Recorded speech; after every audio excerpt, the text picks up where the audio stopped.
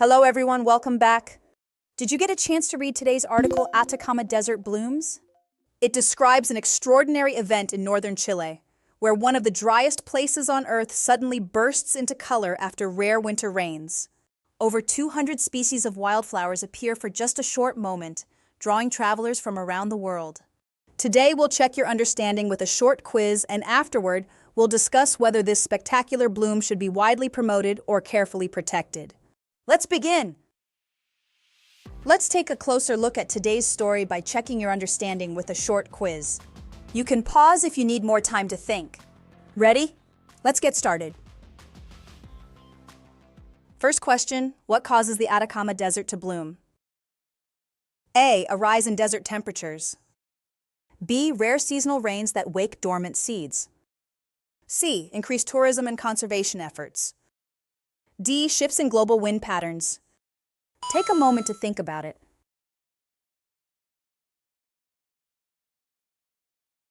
The correct answer is B.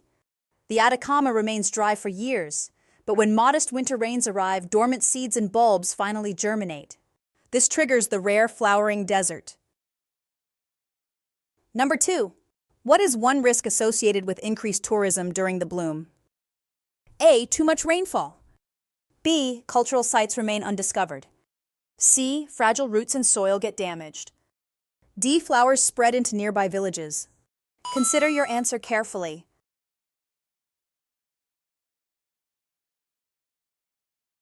The correct answer is C.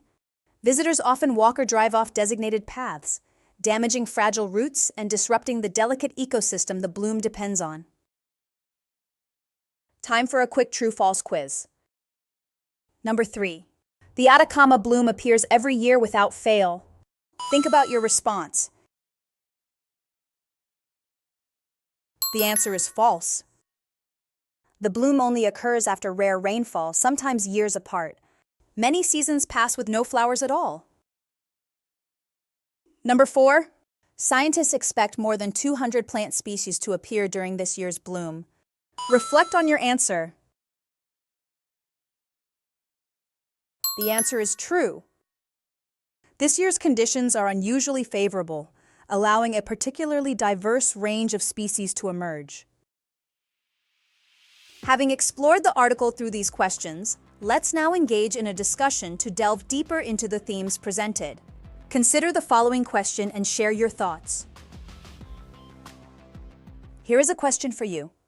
Should countries like Chile promote the bloom as a major tourist event, or should they limit visitors to protect the environment? That's a thoughtful question, and it's something people genuinely disagree on because it touches on both environmental protection and tourism benefits. What's your opinion? Well, I think the bloom is an extraordinary natural event, and it makes sense that people would want to experience it. Promoting it could bring valuable income to local communities and help fund conservation projects. But even with those benefits, there are real concerns we have to consider. That's why I believe a balanced approach is essential. The bloom should be accessible, but only under careful management, visitor limits, strict pathways, and education about the ecosystem. We need to make sure people can appreciate the bloom without damaging it. And in the long term, protecting such rare environments should outweigh the desire for large tourist numbers, especially when the landscape is so fragile. After all, a natural wonder loses its meaning if the very act of visiting destroys it. Thanks for joining me today. The Atacama bloom is a powerful reminder that even the driest places on Earth can burst into life when the conditions are just right.